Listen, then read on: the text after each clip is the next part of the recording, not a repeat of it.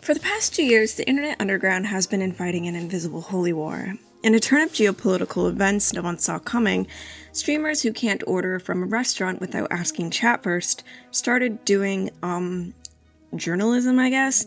I'm doing journalism, chat. Calm down, okay? And to truly understand why Quebecois Luke Gobland turned international relations major xQc...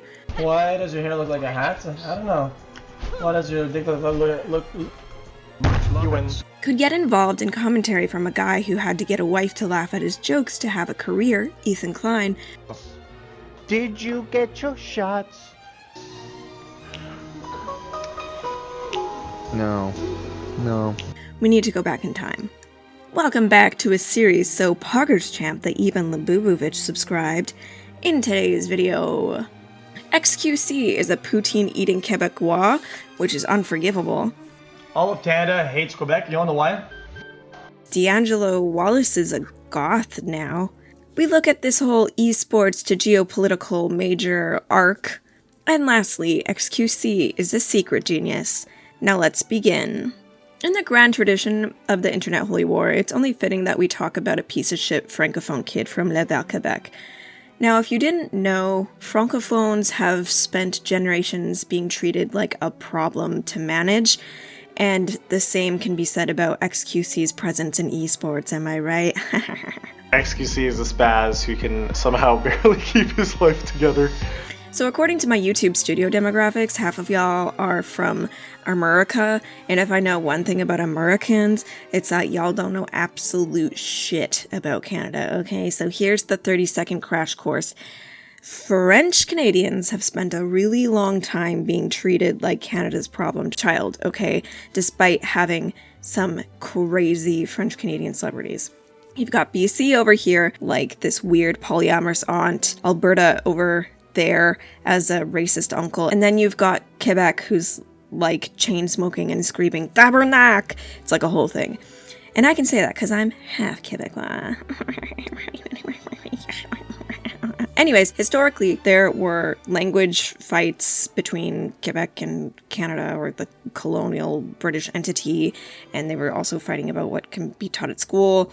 And then Canada basically went all over and was like, yeah, you can speak French. That's like totally fine and cool. You just can't do it here. And then there was this guy, Louis Riel, and he like stood up for the Métis and Indigenous people, and also, you know, the right to speak French and be Catholic or whatever. And then Canada hanged him for treason. Yahoo! And yet xQc doesn't win by becoming acceptable to the dirty fucking Anglophone. He wins by becoming unavoidable. xQc, aka Félix Lengyel, bulldozed his way into global relevance. That's the part that's almost admirable. In a chaotic way, a guy from a minority language culture in Canada makes it to the center of the English-speaking internet, like all tabernacle, motherfuckers, tabernacle. But he doesn't do so by assimilating quietly, but by being so loud that the algorithm has to attempt to translate him.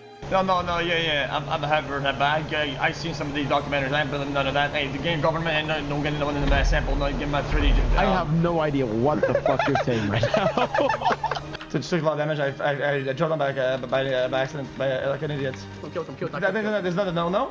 Oh, Bill Beltran, is that good? What the fuck is you saying? You keep speaking German and shit. It's hilarious that the Internet Holy War eventually drafts him into Geo-Politics, because xQc isn't proof that the internet makes us smarter. He's proof that the internet makes us bigger. And sometimes that bigger is sloppy. Sometimes it's accidentally insightful. But either way, it's the same story Canada has been telling forever.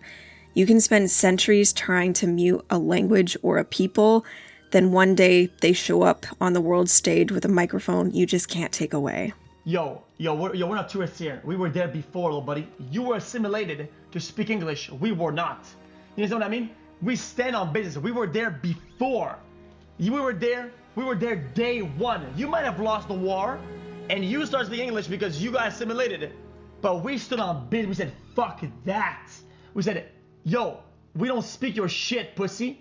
And we just said, we're not gonna get molted by the colony bullshitters. We are them.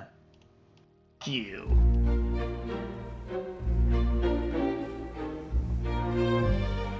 Also, as somebody who is part of the alt community, if you're clicking to this video and you're like, oh, what's going on with the hat? I purposely dressed a little bit more alt than usual. I mean, okay. Alright. Cool. Nice. Toy. Smart. Just for this video, I want to stand in solidarity. I am in solidarity with Goth Freak. Wow, we love an alternative king.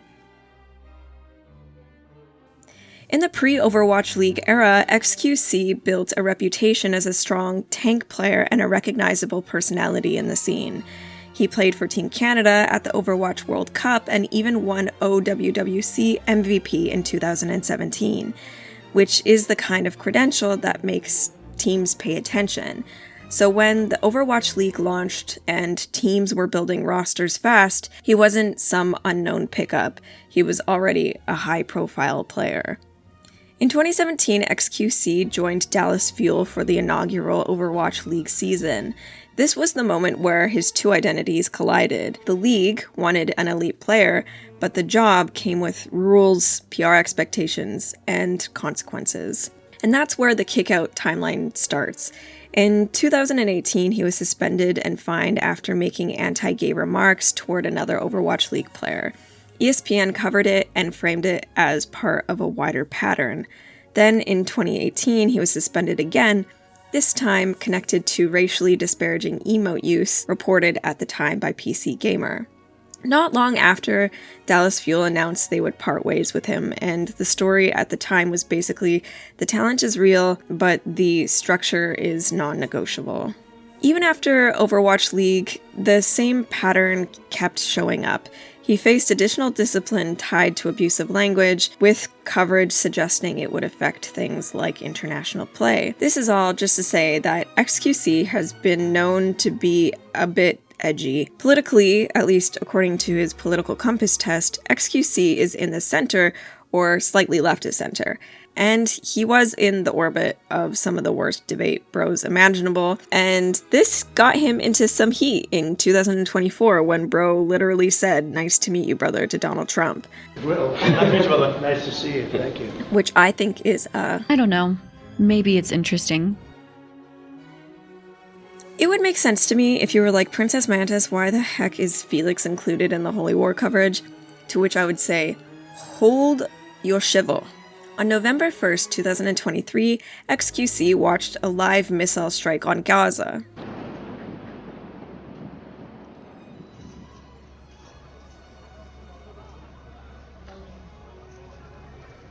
Now, this stirred up into some drama with somebody called Noodles, with Noodle calling him a parasite, to which xQc responded by posting a picture of himself with stacks of cash. Later, Noodle went on to say, him treating this just like another thing to react to trivializes the real horror of what's happening, desensitizing his audience and leading to apathy. But to be honest, I think it's a pretty weak claim, considering xQc would probably receive backlash no matter what he said about Israel or Palestine.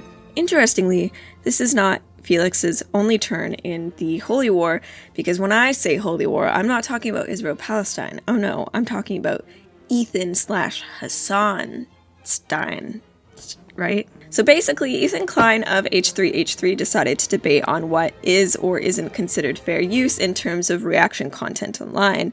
Ethan being on the side that xQc's content wasn't transformative enough, and xQc providing one of the most entertaining pieces of content we could ever have hoped for. People would rather watch me full screen cam do the fucking worm than Oh, okay, sure.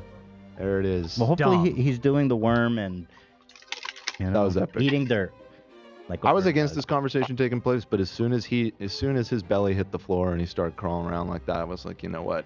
Love him as a worm. This is YouTube magic, baby. Yeah. And together, that was the Holy War crossover these two had until I am seeing a concerning rise in anti-Semitism and a normalization of it in a way that I don't think Hassan is anti-Semitic, but I do think that stuff he does contributes to it, and I know that's a big claim. However, I hope that you will watch this through. I believe it's well supported, and I feel that it will be persuasive if you listen to what I'm saying. So please at least give me the due. It doesn't matter what your opinion is about anything.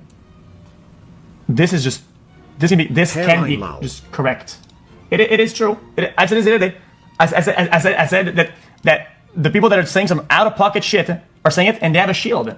They have a shield of the current climate of politic Andy out there. It is what it is. They're shielded in just saying the most out of pocket anti-Jew shit, and that shit is just not. It's just not right, man. It's not right about anybody. This shit's trash. In this clip, we see Felix defend Ethan as Ethan talks about his fallout with Hassan Piker. Hassan Piker, of course, famously calls a Yemeni Houthi pirate Timothy Chalamet and claims he's doing more for anti-Semitism than anyone else after spending his entire online presence for the past 2.5 years trying to delegitimize the only existing Jewish state and dehumanizing everyone who lives there. It doesn't matter if fucking rapes happen on October 7th. Like, that doesn't change the dynamic for me even this much. And now, I know people will say, well, anti-Zionism is not the same as anti-Semitism. And okay, sure. But the only difference I really see between the two is that one says Jew bad and the other replaces the word Jew with Israel and everyone who wants Israel to exist, aka most Jews bad. If you're still wondering why xQc belongs in Holy War coverage, here's the simplest answer. He's not on a side, he's an accelerant. xQc, in my opinion, is a litmus test for what's important online right now. He's what happens when you take a Quebec kid, give him the biggest microphone on Twitch, and then drop him into the most emotionally loaded conflict discord online. His timeline is basically a warning label. Esports tried to discipline him, it didn't work. The internet rewarded him for being unfiltered, and it worked too well, so by the time Geopolitics shows up on his timeline, he doesn't have the tools to handle it carefully. He has the tools to handle it loudly. That's why the Gaza reaction clip blew up. That's why the cash flex reads like trolling. That's why the fair use debate with Ethan turned into performance art. That's why the Ethan/Hassan-Stein fallout even becomes his business, because the Holy War isn't about facts. It's about who gets to narrate reality on the biggest platforms. And the most useful thing you can say about xQc is this. He's a mess, but he's also a mirror. He shows you what the internet rewards, what it punishes, and how quickly people replace analysis with allegiance. Sometimes he's sloppy, okay, sometimes he stumbles into a decent point, but no matter what, he's proof that online influence has basically nothing to do with being correct and everything to do with being impossible to ignore. Okay, that's all for today, folks. We are so back. This video was such a fresh of breath air. xQc is not someone I knew anything about before, and after doing a video on Adam McIntyre, I really need some entertainment, and this worm clip has got me sent for days. Thank you to all my channel members, Ko-Fi donors, and everyone else watching, liking, and subscribing. Please become a channel member if you so feel like it, and I will see you in the next video. Salut! Je suis québécois, no costume, no character, no noise. Je suis québécois, I don't beg to be heard, I use my voice. Je suis québécois, cold made me solid, pressure made me poise. Je suis québécois, yeah, that's not a vibe, that's a choice.